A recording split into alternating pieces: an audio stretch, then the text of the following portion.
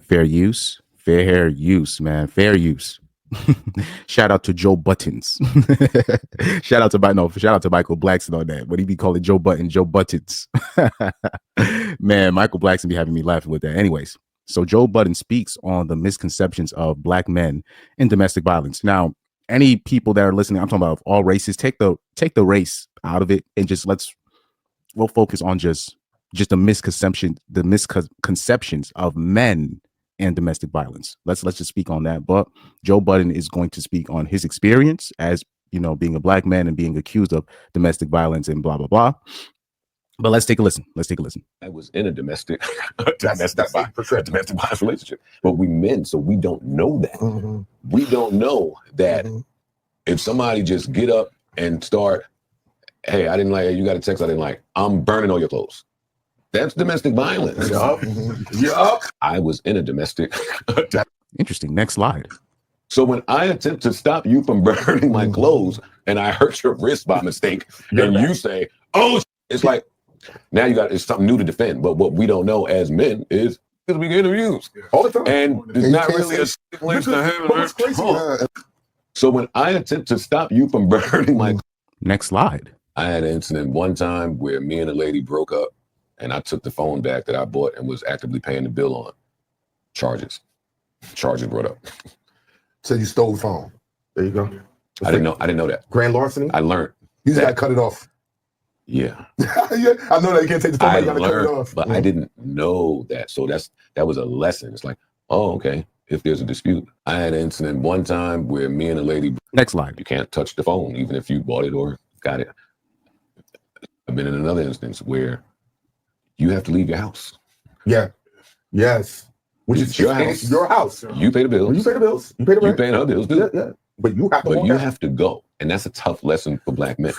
And if you've been in that enough, you learn the best. That's not just black men, though. That's just men in general. That's men in general. If you I'm talking about in a DV situation, you can be paying everything. But if things go sour, you have to leave. As a man, you have to leave the house, even though it's you know what I mean? Best way to keep yourself safe is to leave. You can't touch the phone, even if you. So shout out to Joe Buttons. Shout out to Joe Buttons here. Now, now since this was posted on the shade room, I already know there's gonna be BWs on there, and probably some Latina straggles, that are going to discount what this man said. These is real life situations, but like I said, I think it's very fair to bring up this side of the story. You let most women tell it, all of them have been in abusive relationships, but they won't ever tell you that they were the abusive ones. I think it's very fair if a woman says, oh, I was in a toxic and abusive relationship. You have the right as a man to say, so who was the abuser? That is a very fair question. Even statistically, 70% of DV disputes, this is according to the CDC, 70% of domestic disputes between a man and a woman are initiated by women. And those are just facts if you just are just observant of life. Guys, this is not the 1950s and 60s anymore when men are just coming in and just, where's my dinner, woman? Like, that's not, something happened. Something led up to what happened. And I can prove it, particularly when you're talking about the black community. I can easily prove that. Almost every other black man had a story about, a woman saying, "Oh, he did this to me," and blah blah blah. Then you find out the full story, and you find out that basically both of them were in a combative relationship. I'm talking about both. Most times it's both. Both of them are in a combative, like fisticuffs, verbally abusive relationship. Meaning both of them are abusive towards each other. And then you intervene, and really you're just messing with their foreplay. Yo, I can't make this stuff up. These are facts. Particularly we talk about the black community. Like they'll be damn near close to fisticuffs. People get involved, police get involved, families get involved, and then 2 hours later, they're cuddled up together watching a BET film, acting like they didn't just cause a whole mess over nothing. It'll be like over a text message from another broad or a text message from another dude on the girl's end. Like Anyway, yo, so we don't ever talk about the full story about domestic violence, right? And Joe Buttons, right? Let me see if I can bring up that clip in the beginning where he said, I was in a domestic That's 8%. domestic violence relationship, but we men, so we don't know that. Mhm. so he's going to bring up an example of how he was in an abusive relationship, but he was the one being abused. He was the one being abused. Right here. We don't know that Mhm. if somebody just get up and start, hey, I didn't like it, you got a text I didn't like, I'm burning all your clothes. That's domestic violence. Yeah.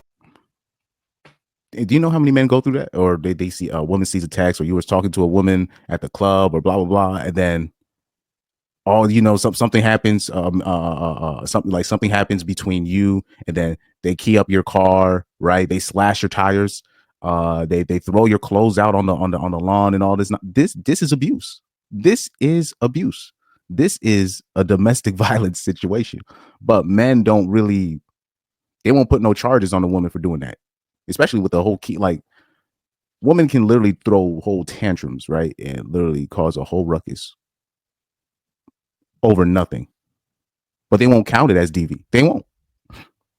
And man won't even consider that abuse. And that's abuse. That's abuse. You know what I mean? And you already heard the other examples, right? So let me see. Let's look at some of the comments.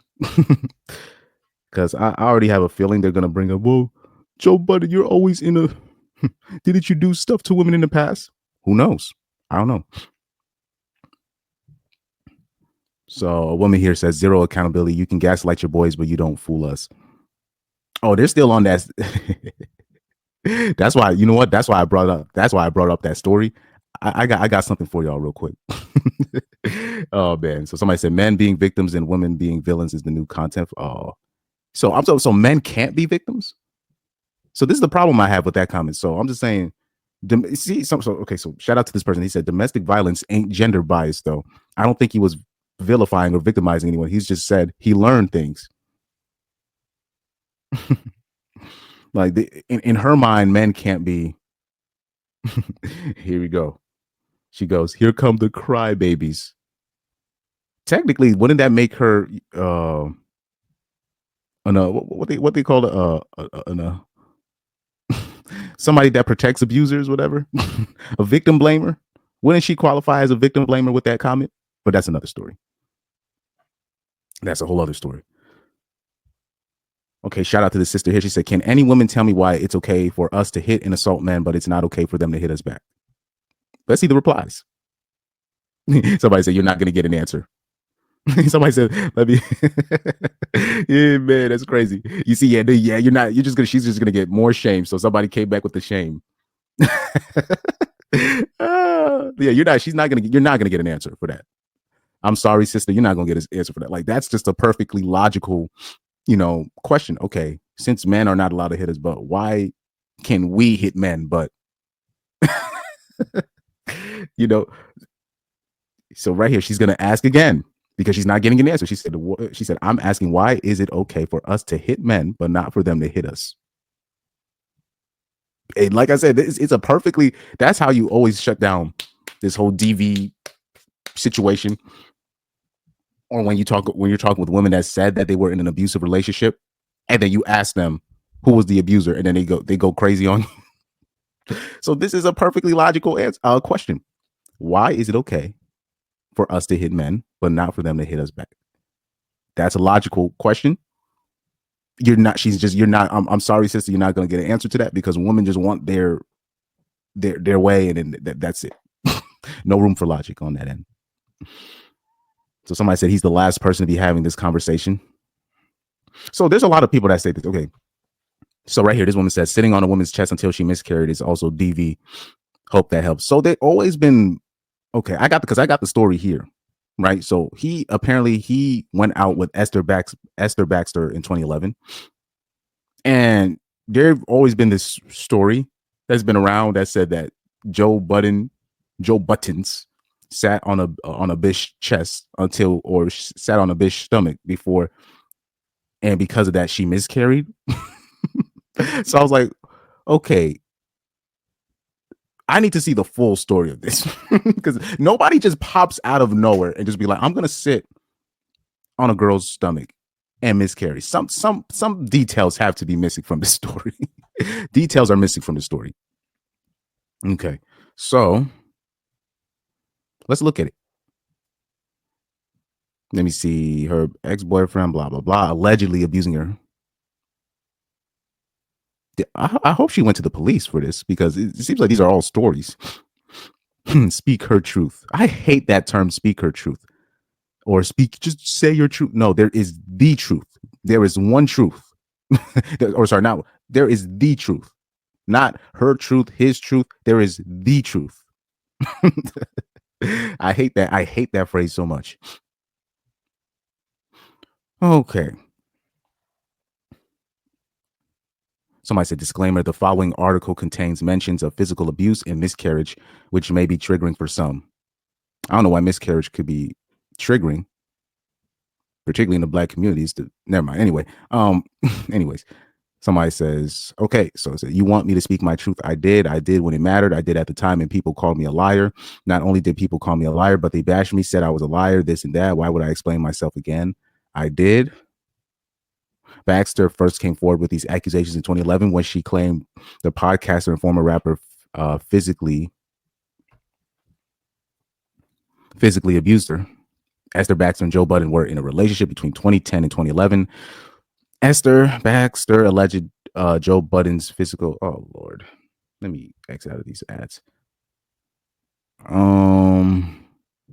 In 2011, Joe Budden announced his breakup with his former girlfriend, Esther Baxter, through his song Ordinary Love Shit Part 2. A week after that, Baxter came out with her variation of events in an interview with Gossip.com, which vastly differed from Budden's. According to XXL magazine, Esther Baxter accused the rapper of physically abusing her, dragging her out of a room by her ankles, choking her, and slamming her against the door. Okay, let's see what led up to this alleged thing. Basically, we got into an argument and he went into a rage and started throwing my stuff down the stairs, my clothes and shoes and everything. He's telling me to get out. I went into another room and locked the door. Bruh. Ladies, if you're listening, if your man is just, first of all, if a man gives you a look, you need to stop, just in general, because that is a man, you are a woman. You should already know that. You would have learned this from your dad if your mom didn't run him away. Now, if he happens to be in a rage, whatever, you're not Scarlett Johansson from the Avengers. You need to keep your distance, and especially if he's telling you to get out, because especially if you did something, she's leaving out what she did, which I noticed. She left out what she did to even get him into that rage. Oh, we just got into an argument about what? She's leaving out what she did. So we're going to throw that out. So if you did something and then he gets into some kind of rage, you need to keep your distance. But especially if he's telling you to get out, you might want to do that, especially if you know you did some dirt and you know you're gaslighting him. You did dirt and you're gaslighting him at the same time, and he get mad and you know he's mad because you're gaslighting. You better leave. That's what she's leaving out. And that's what,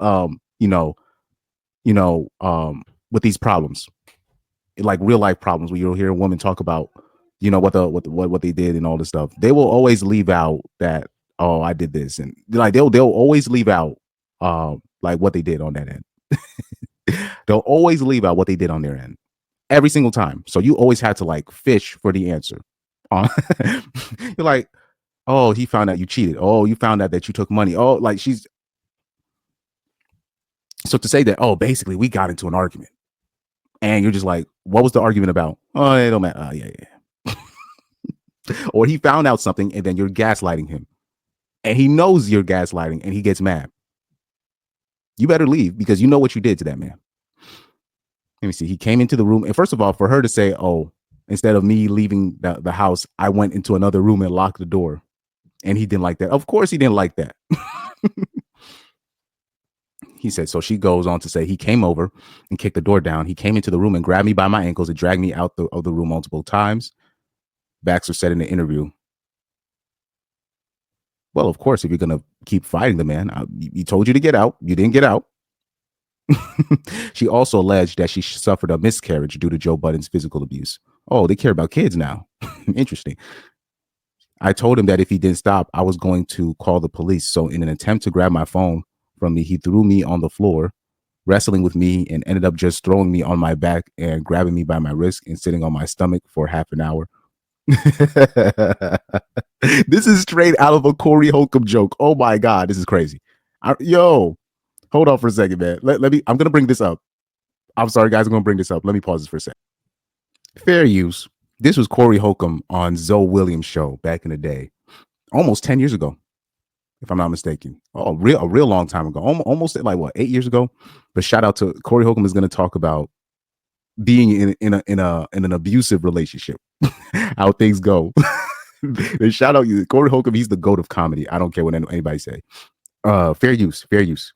Most girls need coaching, and sometimes when you coach people, you have to put your hands on them. Oh God!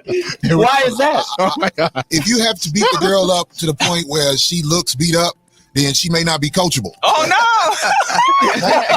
Most girls, after you establish your dominance by sitting on them for like 20 minutes, let them know that you're the king. You know what I mean? Nothing to hurt them real bad, but to let them know you can't whoop me, and I ain't having that. Most girls will be like, okay. I'm gonna have to do something else. Sitting on them for 20 minutes is very effective. Every girl I sat on for 20 minutes or more, they never challenged me physically again. They realize. Man, Corey Holcomb, man. Like I said, this is straight out of a Corey Holcomb joke. He said every 304 I sat on for 20 minutes understood that I'm the winner. Anyway. I'm done. Yo, you can't make this stuff up, man. Now, Joe Budden sat on the bitch. That's funny as hell. Oh, man. And grabbing me by my wrist and sitting on my stomach for half an hour while I was screaming that I was pregnant. What? This reminds me like almost of like, did he know that you were pregnant or... Because I'll see, like, shout out to AJ Rants and Reactions, right? He'll show these videos. And most of the time, when these girls is getting finally forced to be put down after causing ruckus, after causing nonsense, after throwing a tantrum, and then they finally get put down. Once they get finally put down, then all of a sudden I'm pregnant. You're just like, so, okay. Let me keep reading. let me keep reading. Esther Baxter claimed that she was later allowed to leave the house, following which she went to the hospital and found out she suffered a miscarriage. She filed charges with the police, and Budden was arrested that night. Esther Baxter's responses came after an Instagram account named blah, blah, blah, listed several women, including, oh, hold your head up, speak your truth. And I just got to see how many months pregnant she was. I gotta see how many months pregnant. So they said that she found out that she had a miscarriage. Anyway. Let's see here. Esther Baxter also claimed that she did not want to be associated with any of this, accusing people of calling her a liar. When she first spoke about her abuse in an interview with Gossip.com, I will say this. It's clear to me that both of you guys were in a combative relationship. But the problem is, in a combative relationship, a man is still a man. So once the man finally establishes his dominance, like Corey Holcomb said, it gets pretty clear that you should have not gotten started with that man.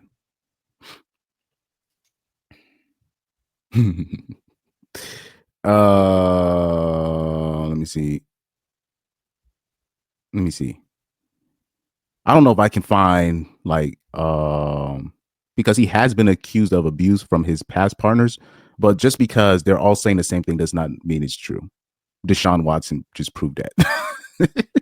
Anyway, but yeah, like I said, women will accuse their man of being abusive or whatever, but they will never say the full story.